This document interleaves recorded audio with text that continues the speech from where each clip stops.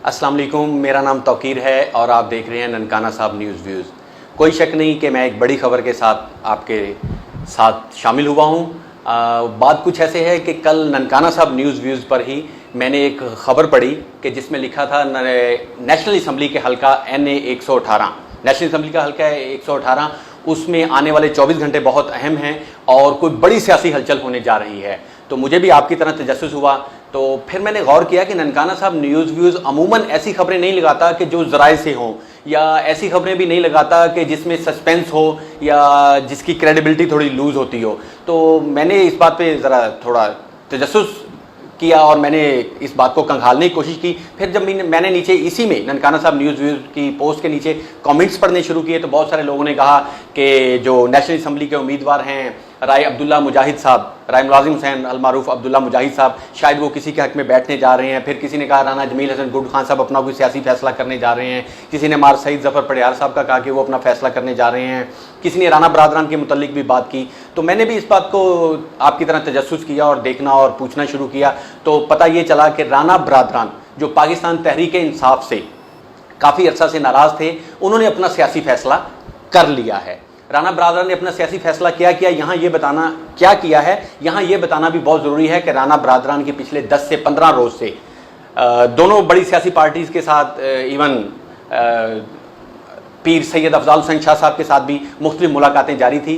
खैर, पाकिस्तान तहरीक इंसाफ के साथ मिनिस्टर लेवल की उनकी 6 मुलाकातें हुई और इसी तरह से पाकिस्तान मुस्लिम लीग के भी मिनिस्टर लेवल के लोगों के साथ बहुत सारी मुलाकातें हुई।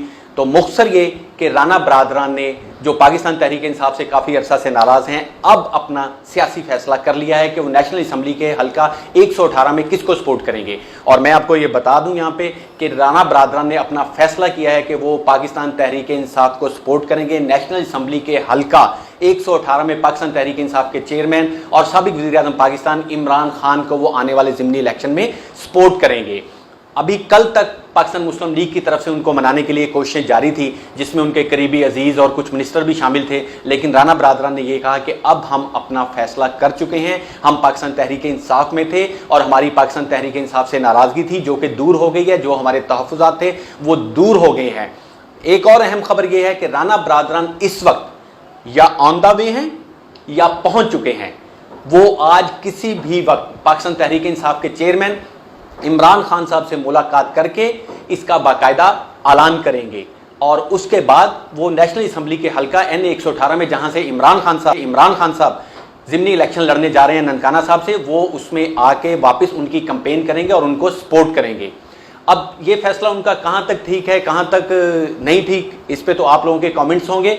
और दूसरी बात कि 25 सितंबर को होने वाले पोल में, 25 सितंबर को होने वाले इलेक्शन के वोट में कौन जीतेगा, इसका फैसला भी आप लोगों ने करना है। और यह फैसला 25 सितंबर को होने जा रहा है। देखते हैं कि 25 सितंबर को लोग किसको वोट देते हैं और कौन जीतता है और कितने मार्जिन से जीतता है, ये आने वाला वक्त ही बताएगा। आप और मैं उस वक्त के लिए इंतज़ार करेंगे। अल्लाह ताला से दुआ है कि इस मुल्क पाकिस्तान में अमन, सुकून और खुशहाली ज़्यादा से ज़्यादा आए। एक दूसरे को बर्दाश्त कीजिएगा। इलेक्शन 25 सितंबर को इंशाअल्लाह क्लोज हो जाएगा। दुआ है कि ये इलेक्शन प्यार, मोहब्बत और रवादारी, सब्र, बर्दाश्त के साथ इख्तिताम पजीर हो। आप अपना ख्याल रखिएगा। मुझे इजाज़त दीजिए। बहुत शुक्रिया।